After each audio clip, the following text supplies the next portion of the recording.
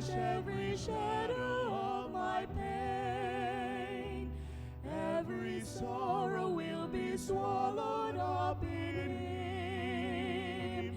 For in His hand is healing for the weary soul. This I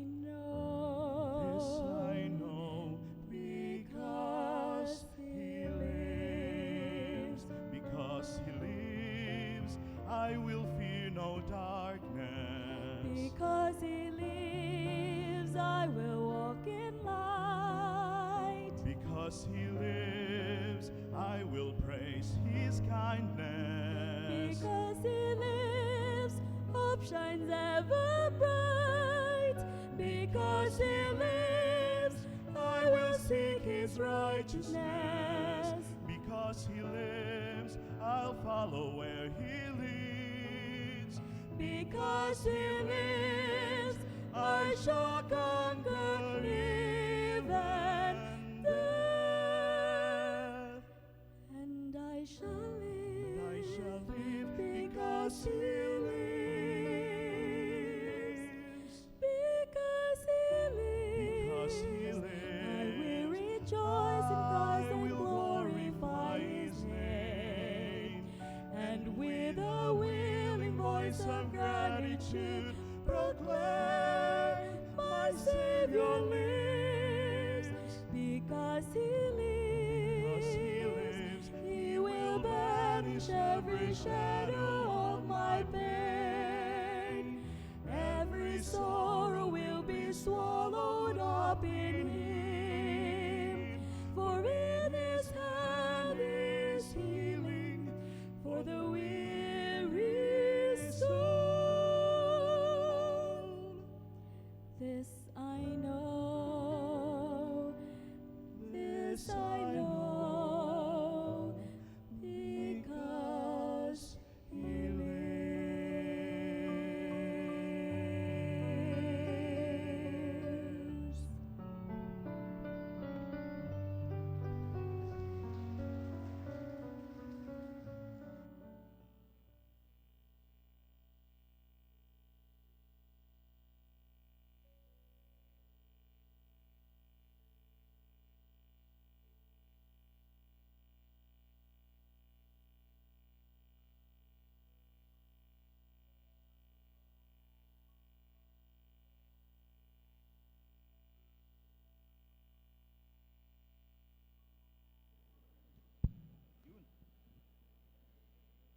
Mayong buntag sa inyo nga tanan. Magandang umaga. Ngayon ko lang alam kay Pastor Biboy na yung salitang Cebuano pala mas advance sa salitang Tagalog. Kasi sa awit natin, sa Tagalog, panalangin pa lang. Sa inyo pala, blessing na. Amen, mga kapatid? Amen. Maraming salamat na kami nakapunta rito sa inyo. Yung isang bagay nagkakapareho yung mga conferences natin, parang pagkakaiba ng bus at saka yung simbahan. Yung bus, unang napupuno sa harap, simbahan, unang mapupuno sa likod. Daming bakante rito, ano? Pero ito kasi na-reserve sa mga darating pa. No? By the way, baka ang espiritu nila ay nandyan, kaya hindi kayo nauupo sa harap. Ako po ay naatasan na magpakilala ng ating tagapagsalita. Ito palang tagapagsalita natin may lahing Espanyol kasi ang kanyang middle name is Fernandez. Siya po ay tubong Palawinyo. Pero siguro nung unang panahon galing din si Espanya yung kanilang mga distant na mga gulang.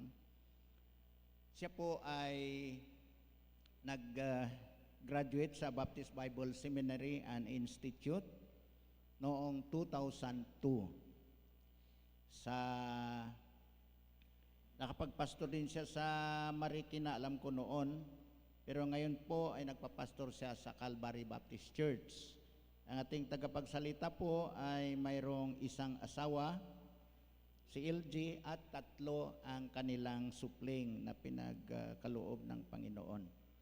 Siya rin po ay treasurer ng aming samahan doon ng PABC, Palawan Association of Baptist Churches, at member din po siya ng council. First time siya na-elect na member ng National Council natin nung biennial conference doon sa Puerto Princesa.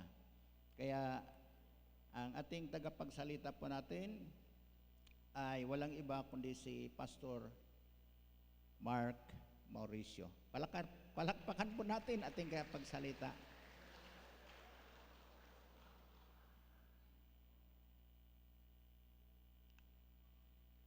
One hour lang, ha?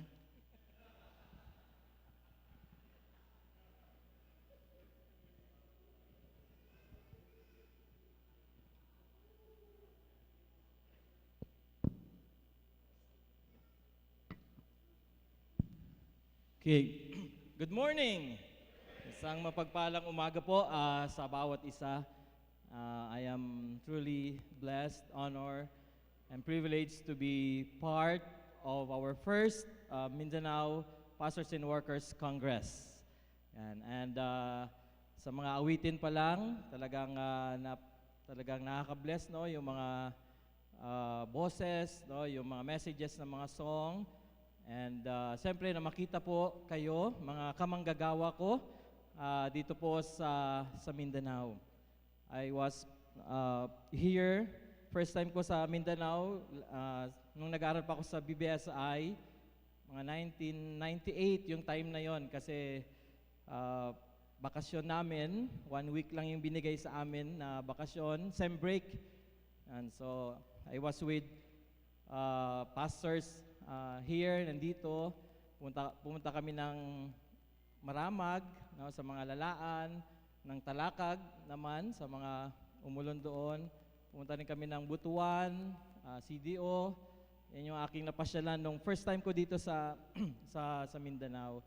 And sa seminary days ko talaga yung mga friends ko doon, mga Bisaya. Yan yung aking mga friends sa seminary. Kaya salamat sa opportunity na maging kabahagi ng gawain dito po sa lugar na ito. And first time ko rin po dito sa Bethel Baptist Church. Narinig ko lang ito palagi. Actually, when I decided to study doon sa seminary, nung mother ko ay umatin dito, 1997 Biennial Conference.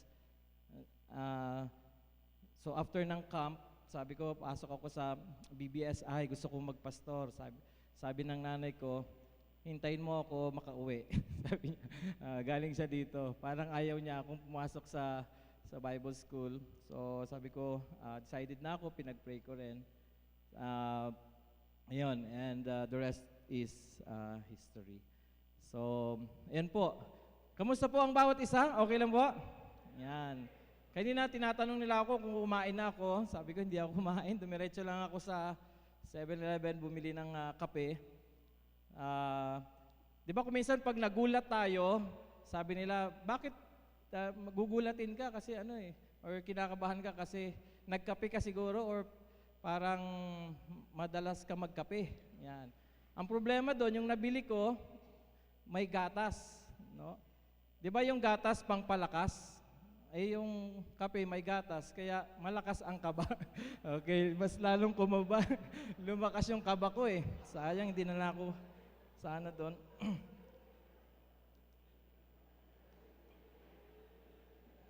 This morning I want to speak about something that is both deeply spiritual and at the same time, very practical. Yan. Sa atin na mga mga manggagawa, ano po ba yung nag-cause sa atin or nagiging dahilan para tayo ay magkaroon ng stress or anxiety? Yan. Ano po, what gives us, what worries us the most? Yan. What worries us the most sa pagiging lingkod ng Panginoon? Ano may yung mga talagang dito yung minsan nagdahilan para makapagsulat tayo ng kung minsan ay resignation or talaga hindi naman parang worst comes to worst na yon. Pero yung parang nag-aalala tayo. No? Ano po ba yon? No? Minsan hindi yung ating siyempre given sa ating paglilingkod sa Panginoon. Pero patungkol sa ating, di ba, finances. No? Kapag wala tayong pera, anong nangyayari pag walang pera? Parang hindi mo makakausap. Mga ganon, di ba? Tulala, pag walang pera, isip natin, saan natin. Because men worry most about their ability to provide. No? Hindi lang, siyempre, yung protection sa family. Pero tayo, especially sa mga pastors, ay nag-alala talaga tayo pag hindi tayo makapag-provide sa ating mga pangangailangan. Yan. And minsan ito yung mag-cost sa atin talaga, no, na yung iba sa atin ay mabawasan na yung mga buhok. Yung kanina sabi sa prayer, pinag-pray po ako diyan, sabi ay nawa si Kristo ay mag-shine sa buhay ni Pastor Mark. Sabi ko, parang unti-unti na nga nagsha-shine yung yung dati po makapal yung buhok ko talaga, no? Yung bangs ko hanggang dito sa bibig, pero yung nagpastor ako, paubos na. Alam nyo yung ano, hindi ko alam kung narinig nyo na, yung hati ng buhok, di ba? Dati po ay yung bangs ko dito pa eh. Yan. Kaya yung panyo lang gamit ko dati. Ganyan-ganon lang kasi. Ngayon parang towel, face towel na, mahaba ng ganon. So, yung hati raw ng buhok, pag dito lang, sa may taas lang ng konti ng kilay, ay pighati ang tawag doon. Pighati. Tapos sa akin, malapit na eh. No? Dalamhati. Yan, dito na banda. Pag hanggang dito na sa likod, luwalhati. Okay? Yung iba pa, luwalhati na eh. So, anong tawag naman yung pag dito sa gilid? No? Wag na, mamaya po. Tanungin nyo na lang ako pagtapos. Okay.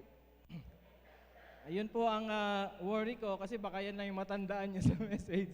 Okay, yung mga dalamhati at pighati.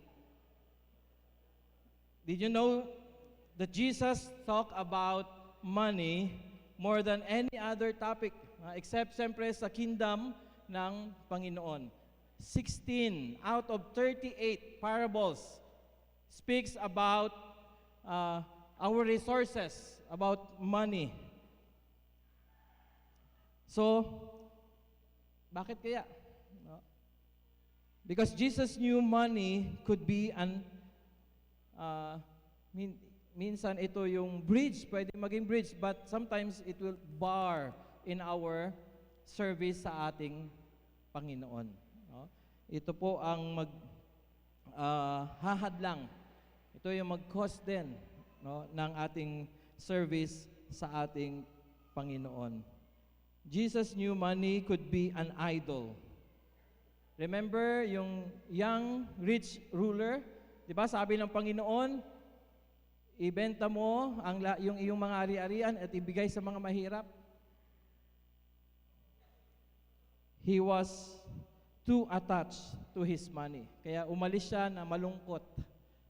Yan. So this morning, I propose, and ito po yung aking prayer, that we can embrace, no, yung katotohanan. Ito po yung katotohanan. God wants you and me to flourish. Diba? Yan po yung narinig natin kagabi. At yung team din natin, thrive. God wants us to thrive. Narinig natin kagabi, ang sabi, yung thrive is to grow, to prosper, to thrive. To prosper in a holistic way.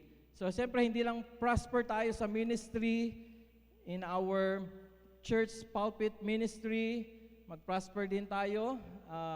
Siyempre, sa ating personal na buhay, sa family, sa ating community, kung saan tayo, no? At sa regional association or yung sphere of influence natin, nais ng Panginoon. No? At ito yung challenge sa bawat isa po sa atin, na maging faithful tayo, no, in our giving. At ito, magandang reminder po sa atin. If God bless us financially, don't raise your standard of living. No, kapag siyempre binibless ka na ng Panginoon, nakakapag-isip ka na rin kung ano ba yung pwede kong bilhin, ano yung gagawin ko, anong gagastusan ko. No, don't raise your standard of living, but raise your standard of giving. No? So, i-bless tayo ng Panginoon. Binibless tayo ng Panginoon to become a blessing.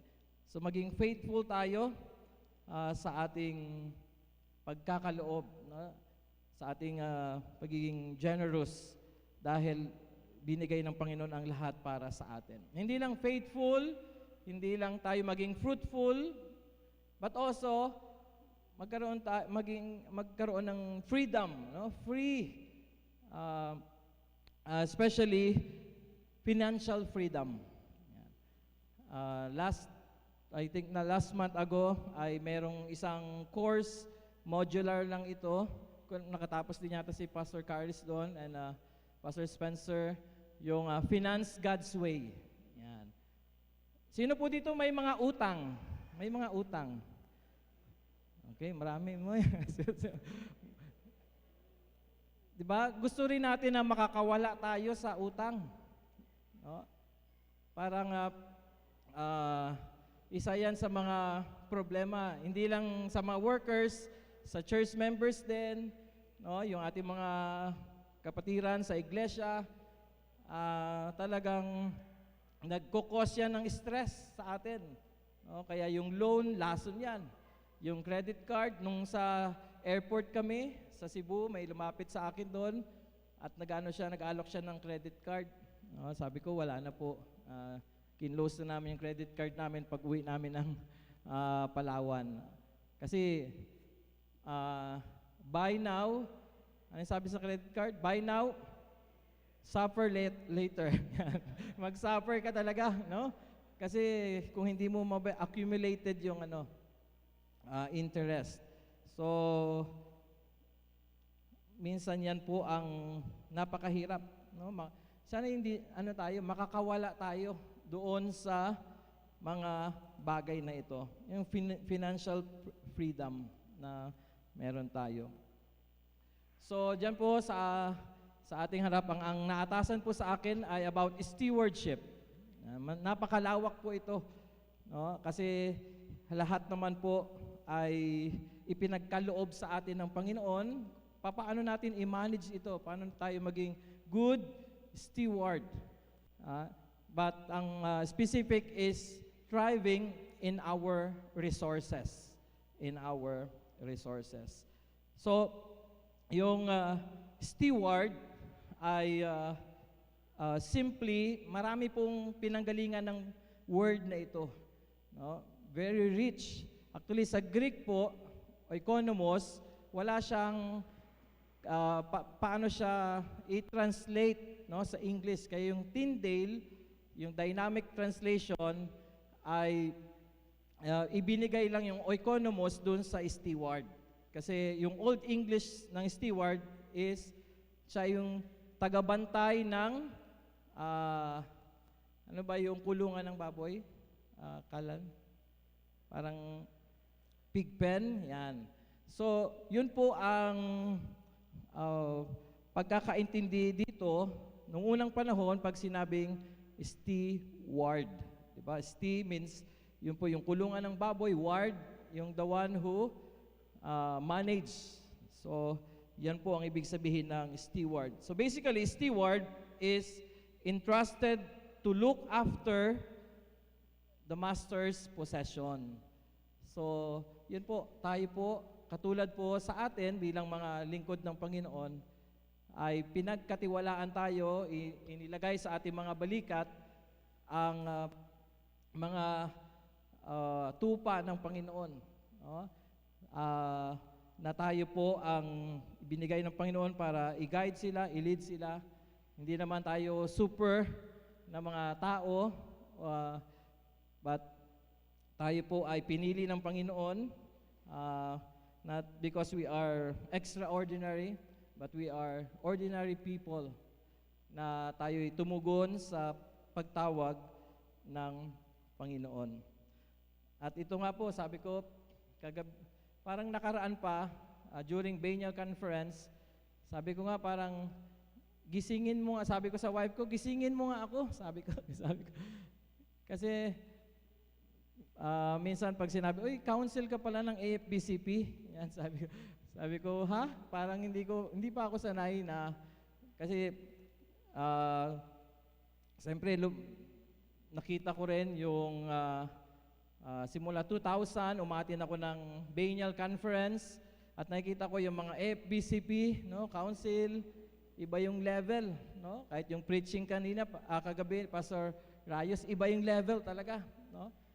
Pero hindi ko po alam kung ano yung plan ng Panginoon. Sa akin, last Biennial Conference na na-nominate ako bilang council. At saka, hindi rin ako nag-expect, hindi biro-biro ko nga lang doon na nagpinasalita kami.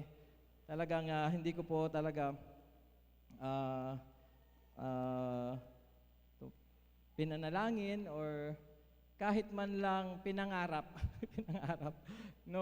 Siyempre, pag gusto, ako po ay simple lamang din na pastor, no? Hindi naman nanggaling lang po ako sa pamilya ng magsasaka. Hindi totoo. At simple lang, no? Mahiyain lang din ako sa seminary. May mga konting kulit, pero hindi naman talaga yung prominent, no? Seminary na nag-aral. Pero salamat sa biyaya ng Panginoon at sa task na ipinagkaloob niya sa akin. At I take this as a challenge and opportunity and honor to be part of the council. Makasama po yung ating mga great leaders sa ating bansa.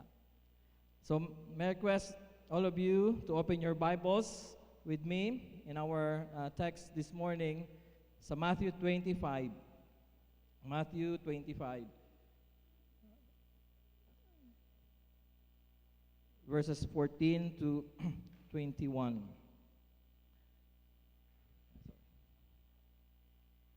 Hindi rin ako sanay maggamit ng click. Kaya pala hinihintay ko na Ako pala, paano ba ito?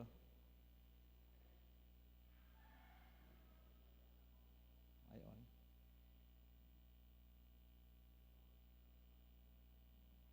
Ay, up.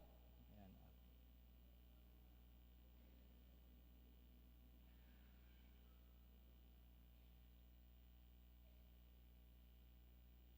Ayan na po. Ayan na po, Pastor. Ayan. Okay. So let us read this responsibly and also together in verse 21. I will be reading from the New American Standard Version.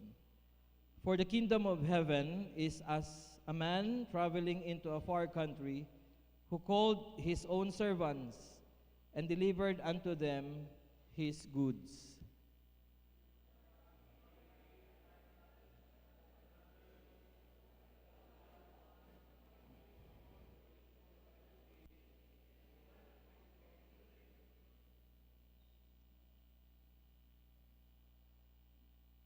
Verse 16, then he that had received the first 5 talents went and traded with the same and made them other 5 talents.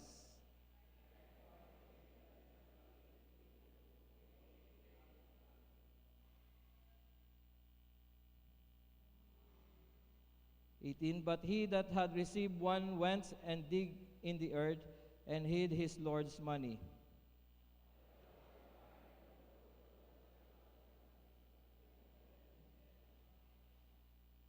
And so he that had received 5 talents came and brought other 5 talents, saying, Lord, thou deliverest unto me 5 talents. Behold, I have gained beside them 5 talents more. Altogether, verse 21. His Lord said unto him, Well done, thou good and faithful servant. Thou hast been faithful over a few things. I will make thee ruler over many things. Enter thou into the joy of the Lord. May the Lord added blessing upon his word. Father, we commit to you our time together. Bless your words in our hearts. I pray that you will forgive us and that you cleanse us from all sins that we have done before you, so that it will not hinder the blessings that you have prepared for us this morning. We commit to you all these things in Christ's precious name. Amen. Amen. Brad Alvin, pwedeng ikaw na lang mag-ganon-ganon. Nababakbak ko kasi. So, sorry kanina, usually ginagamit kong Bible ay NASB. So, yung nadala ko pala ay King James. Okay, kasi sabi ko baka maraming King James dito. Okay lang yung King James saka NASB, okay lang naman yun. So, tatlong idea patungkol, ano ba ito?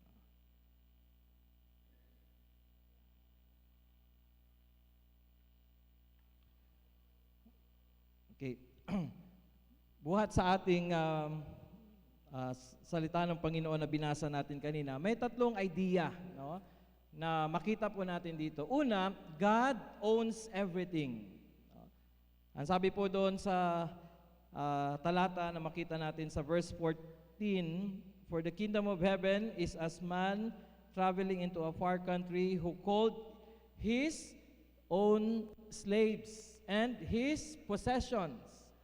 So ito po yung idea na ang Panginoon siya ang may pagmamay-ari.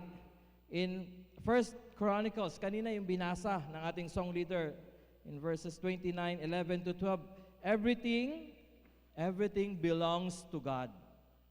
Everything belongs to God. And in Psalm 24 verse 1, the earth is the Lord's, and sa King James ang sabi doon, the fullness and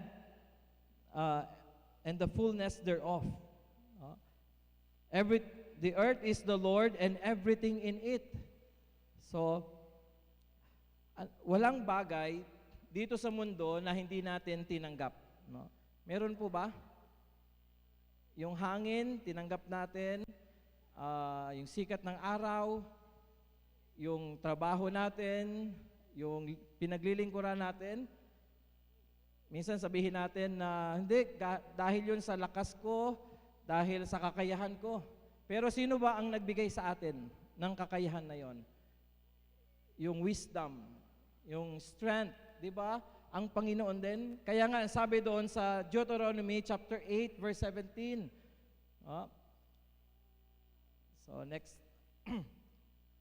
Ang sabi po doon is, remember the Lord. No? Ang sabi sa verse 17, otherwise you may say in your heart, my power and the strength of my hand made me this wealth. So, dahil yun sa akin, dahil sa pagsisikap ko, na lahat ito lahat ito inano ng Panginoon sa akin. Pero sabi po ng Panginoon sa atin in verse 18, remember the Lord, for it is He who gives us the ability to have wealth. No? Kaya yung gumising tayo, yung lakas na meron tayo, o lahat ng mga bagay na meron tayo dito sa mundo, ay pinagkaloob ng Panginoon. In Leviticus 25:27, God owns all lands. In Haggai chapter 2 verse 8, God owns all golds and silver. Isaiah chapter 40 verse 15, nations belongs to God. And yung binasa rin kanina sa 1 Corinthians chapter 6, 19 to 20, we are bought with a price. So glorify God with our body. Our body belongs to God.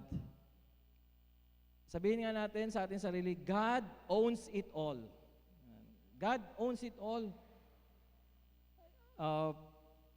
Hindi ko po alam na sa inyo po, sa sitwasyon natin, anong pinagdaraanan natin, ano yung mga daladalahin natin sa lugar na ito bago tayo pumunta. No, baka yung iba sa atin may talagang burden, may mga kabigatan, may mga pinagdaraan ng mga problema, mga pagsubok, yung mga bagay na kuminsan ay out of our control.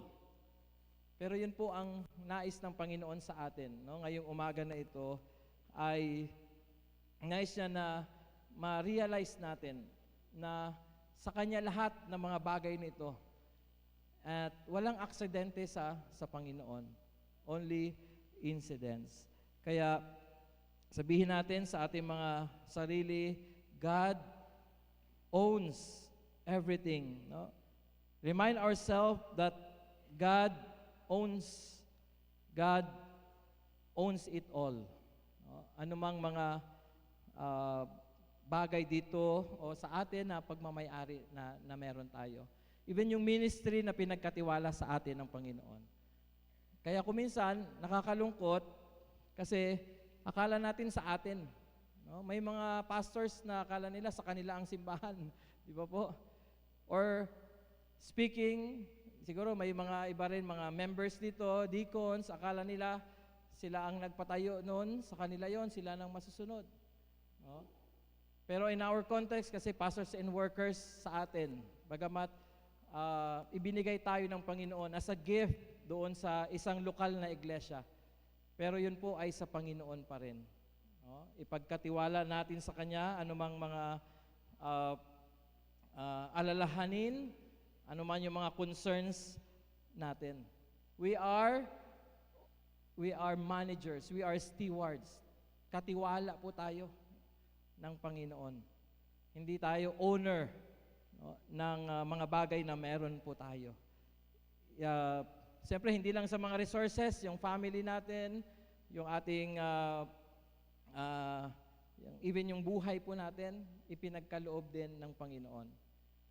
Sa amin po sa Calvary Baptist Church ay yung topic namin for this year is about empowering relationships. Yan. So yung first quarter is empower our relationship to our God as our God the Father, Son, and the Holy Spirit. And ngayong quarter na ito about family. So empowering God as our firm foundation. Second quarter, empowering relationship to our families as our first ministry.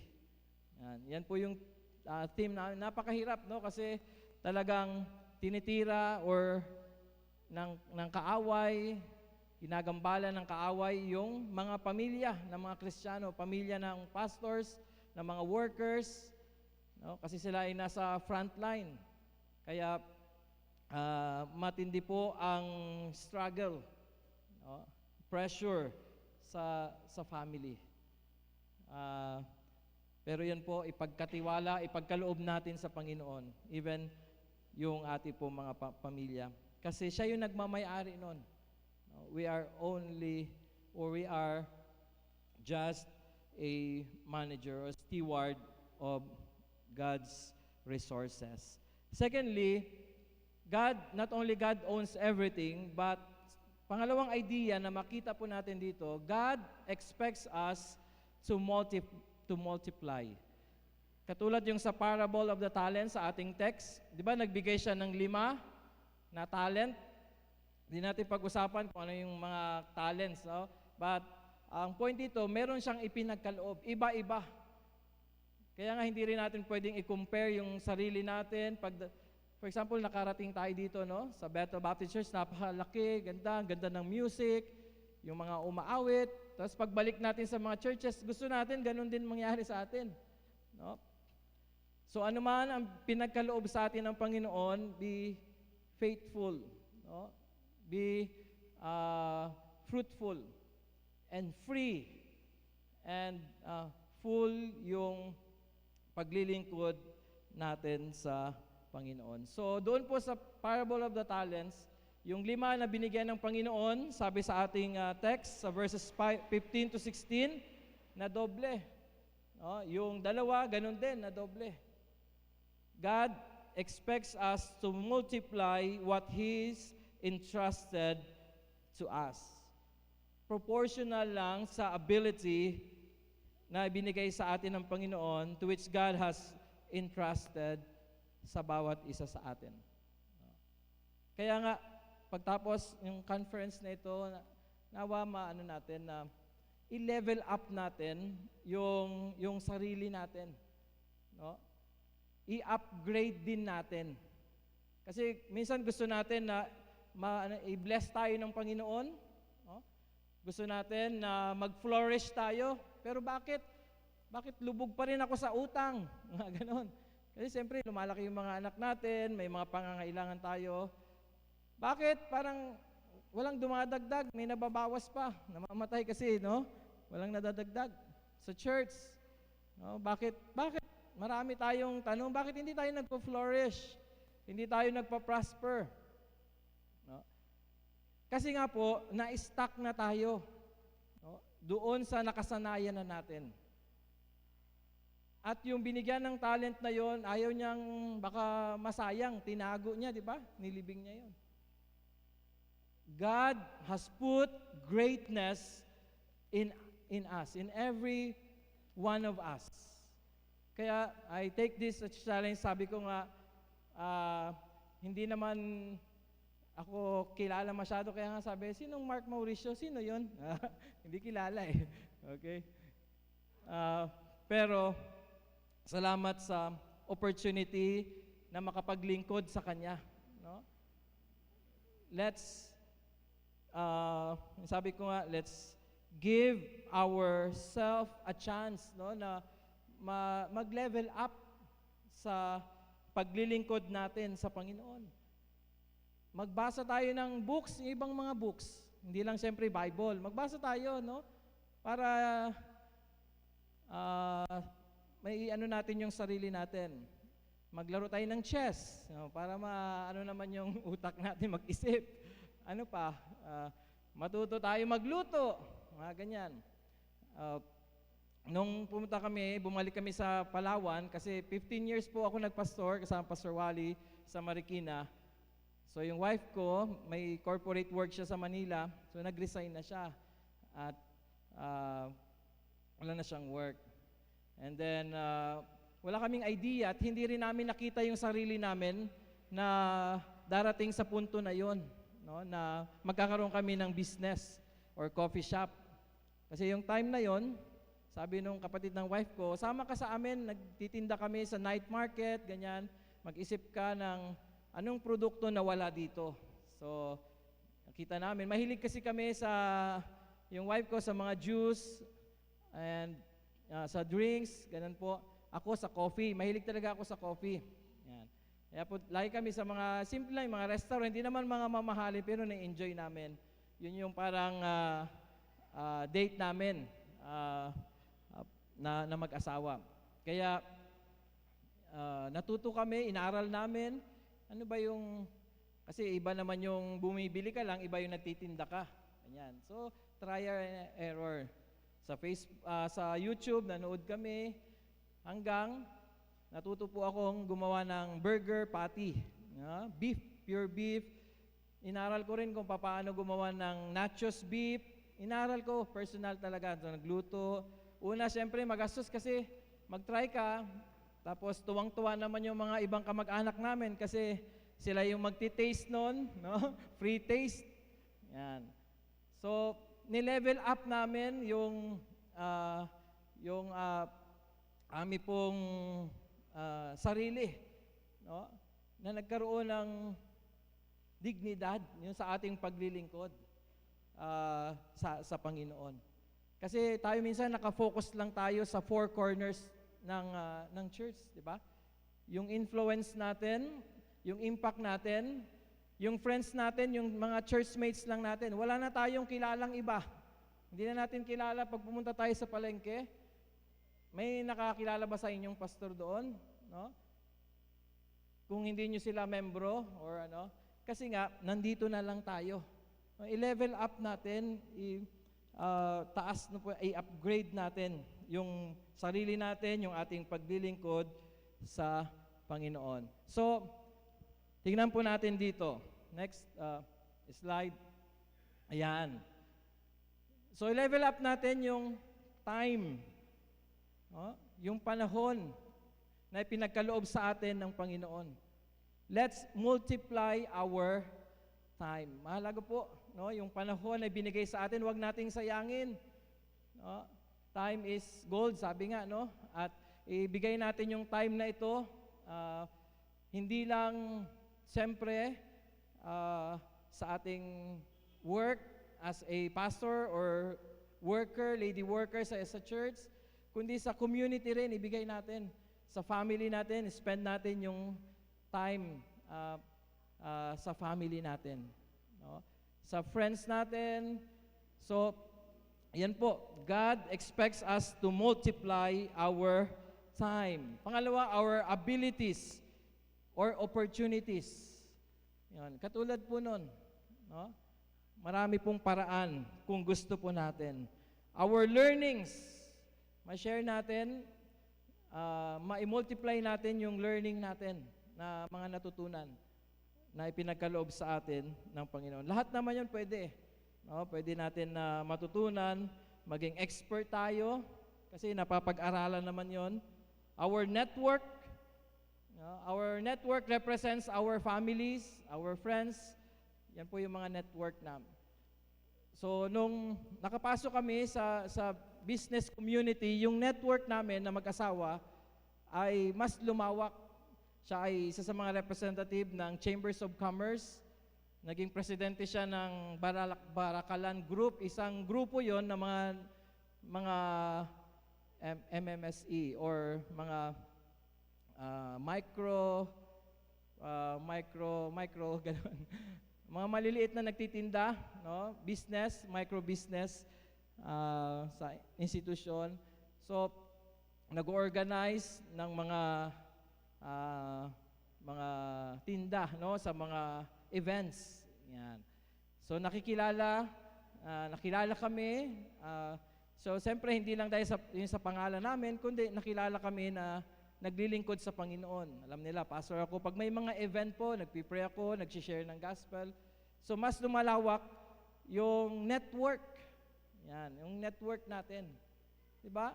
I-upgrade natin yung sarili natin. Minsan, dahil dati naman po given, di ba, pag pastor, na PNP ministry, yun yung mga extension ng ministry natin. Pwede rin sa munisipyo or sa city hall. Yan. Pero, iba rin yung marketplace doon po sa mga businesses, doon po sa mga companies, offices. I-extend po natin yung ministry na ipinagkaloob sa atin ng Panginoon. Huwag lang doon sa wag lang natin ibaon doon sa church yung time na meron tayo. Expand po natin yung influence, yung impact na meron tayo. Our time, abilities, learnings, earnings. No? Yung earnings. Kaya nung bumalik kami sa Palawan, yung tithes, siyempre kung ilan lang yung binibigay ng church, yung tithes, yun din ang ibabalik ko sa church. Kaya sabi ko, paano tayo, no? Bagamat siyempre, nasusurvive. No? Yung mga members, nagpapadala sa amin, may mga grocery. Pag nag-grocery, may isang pagkakataon, nag-grocery ako, nakasabay ko yung isang member. Pastor, kami na magbayad. So, di ko alam kung matutuwa ako, may kasamang lungkot, kasi konti lang yung binili ko eh. Sabi ko, sana pala, dinamihan ko na, no? No, mga ganun, sana sinabayan ko.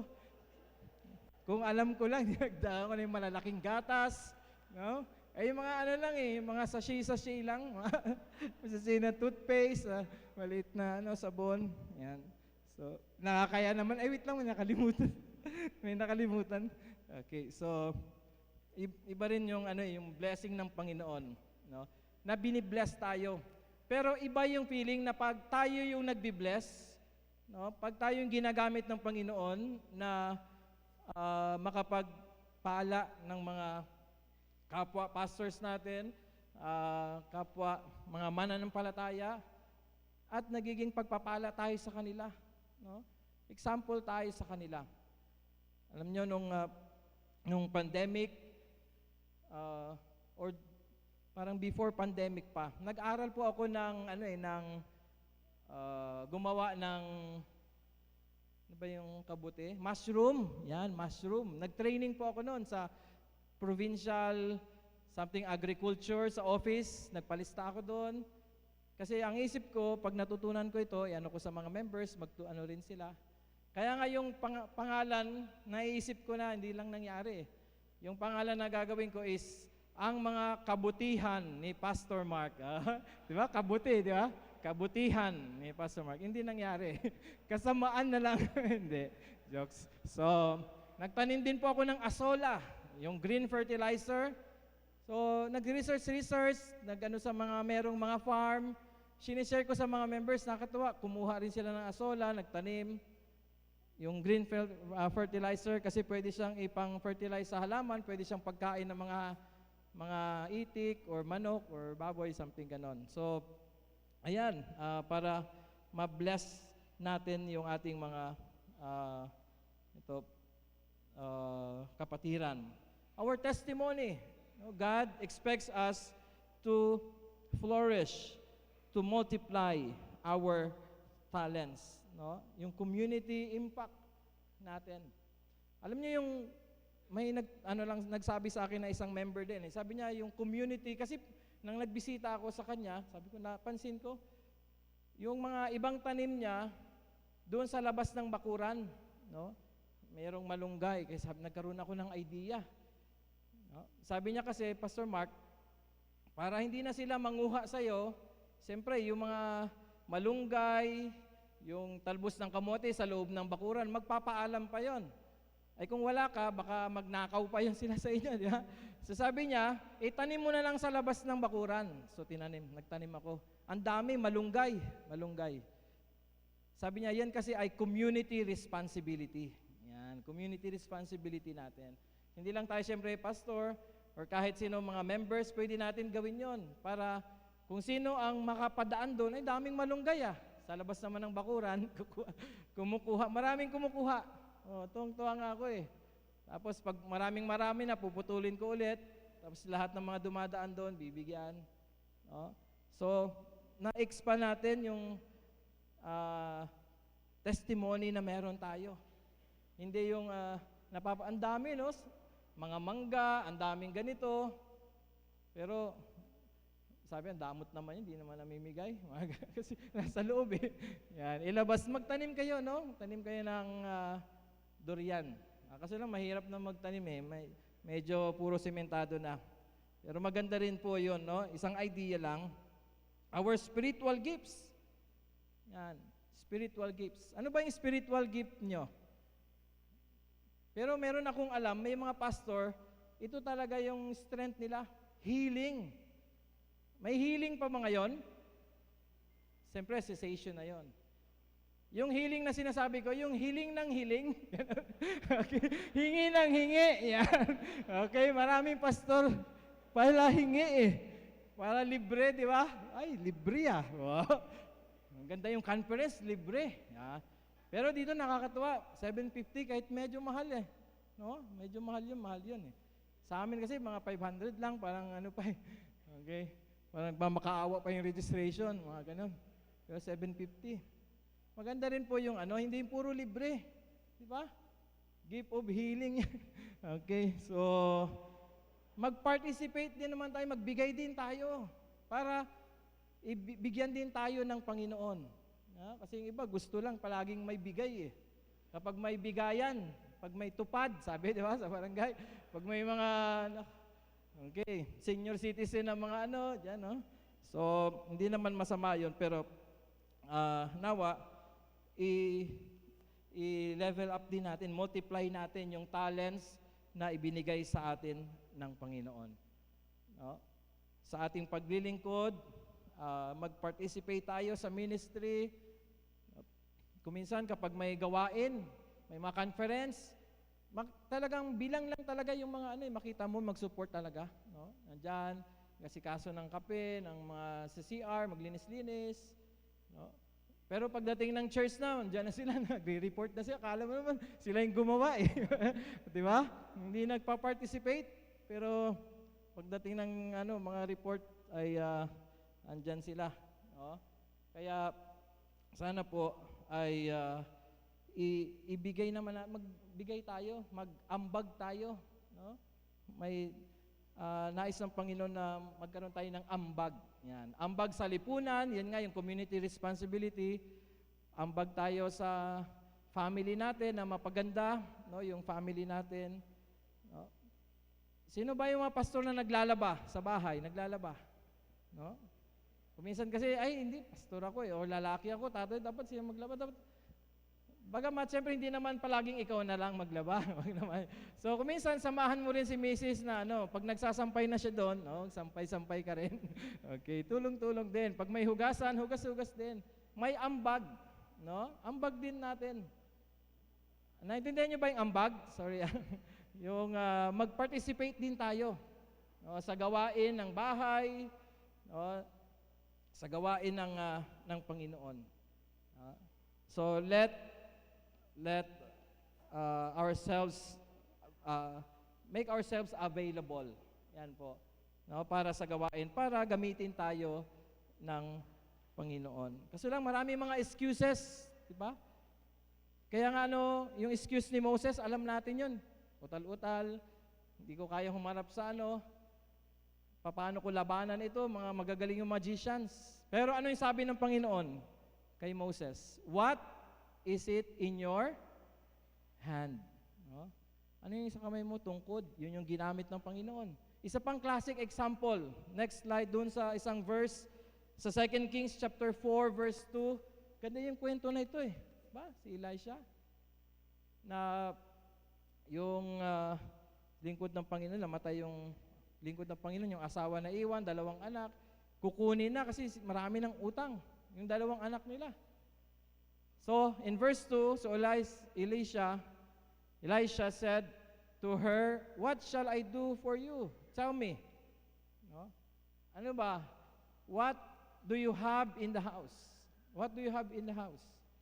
Kaya sabi ng babae, she said, "Your servant has nothing in the house. I have nothing." No? Parang ganun din tayo, excuse natin. Wala eh. Wala akong maiambag. Yung scarcity mindset natin, maliit lang yung church natin. Bakit ako, dapat yung Bethel Baptist Church, librihin niya na lang lahat. Pwede rin eh, di ba? Pwede naman yon. Pero ayaw yun ng Panginoon. Kasi gusto ng Panginoon mag-ambag tayo, mag-participate tayo. No? Yung scarcity mindset natin, kuminsan na kailangan ako yung tulungan. Kasi mahirap lang kami na church, ganito, dapat so nadadala natin kuminsan kahit sa ganitong mga panayam or sa pagpupulong. So, sabi niya, nothing in the house except, no? Except, sabi niya, a little jar of oil. And you know what? The little jar of oil was everything that she needed to save her family. To save her family. To make a difference. Yung maliit lang na yon, na jar na yon. To make an impact. So, ganun din po sa atin. Ano bang meron tayo? Sabi natin, wala nga eh. Kuminsan, hinihintay natin na i-bless tayo ng Panginoon para maging blessing sa iba. Huwag nating hintayin yon. No? Kung ano pong meron tayo, yung time natin, yung ability na ibinigay sa atin ng Panginoon, hindi pa natin na explore yon. Yung learnings, earnings, network, testimony, spiritual gifts, yan ay nais ng Panginoon. Ma-exemplify natin, ipagkaloob natin sa Kanya. Siya po ang mag-be-bless nito. No? Again, God plant great things in us. God plant great things in us. Meron na eh. Kailangan lang i-cultivate natin yan. Idiligan natin para lalago yon. No? Isa talaga na nahirapan ako tsaka hindi. Ako mahilig pa ako sa music, pero yung music talaga hindi talaga ano sa akin, no? Kahit anong pilit ko kanina. Kagabi nga, nagpa-practice na ako, kaya sabi ko, awitin ko kaya ito sa conference. Ang lakas ng loob. Lakas ng loob lang talaga eh. Pero sabi ko, kagabi, hindi talaga kaya. Sabi ko, Pastor Caris, awitin mo kaya ito. Yung ordinary people, di ba? We're just an ordinary people, sabi doon. Little becomes much when you place it in the Master's hand. No? Yung akala natin baka hindi magagamit, pero ibigay natin sa Panginoon, gagamitin niya ng Panginoon. Yung feeding of 5,000, di ba? 5,000 yun, ilan lang isda eh, ilan lang tinapay. O may take out pa yung mga disciples. Di ba? Ganun po yun. Let's be available. And God will multiply. God will accomplish things that we don't expect or hindi natin hindi natin mawari kung ano yung ibibigay ng Panginoon sa atin. Ano po? God calls us to multiply. God calls us to multiply. Yung nabanggit ko kanina, yung holistic approach sa ministry, alam natin yung verse na yun, no? Sa Luke chapter 2:52, God increased in wisdom. Yan po ay Jesus increased in wisdom. Mental yan. In stature or strength, yan ay physical. Favor with God, spiritual, and in favor of man. That's social. So, lahat po yon ng aspeto sa ating buhay, sa ating paglilingkod, nawa, lumago yon, i-multiply po natin. Kuminsan ang dala lang natin kasi Bible, ganito. Pero meron ngayon, yung holistic approach, hindi lang Bible ang dala niya, may dala rin siyang mga biogesic, gamot. Kasi siyempre pag bisita niya, no, may sakit yung ganun din. Diba? Holistic yung approach natin. Paano ba tayo makakatulong sa mga members? Hindi lang dahil, sabi natin, kasi walang pera, marami pong paraan. Kahit wala pong pera, makakatulong po tayo. No? Yung acts of love, yung pagbibigay po natin, nung time natin, mga ideas natin, suggestions sa mga members, yung connection natin, no? Yung mga ibang walang trabaho, may kilala tayo na nangangailangan. Alam nyo, may kilala ako doon eh. May company, gusto nyo mag-work doon. Ganyan. So, yun po, no? Yung connection, para makatulong tayo, wala naman tayong gagastusin eh. No? I-share lang natin yung vision, yung mga ideas na yon, at God will use yung mga bagay na yon. Diba po? Yan po ang holistic. Kasi kuminsan, bilang mga pastors, ito, hindi ko alam kung na-experience natin dito, yung sacred and secular divide. Diba? Kapag nagpipreach sa church, pag linggo, yan ay sacred. No? Pero pag nagtatrabaho as engineer or police, teacher, yan ay secular ang tingin natin doon.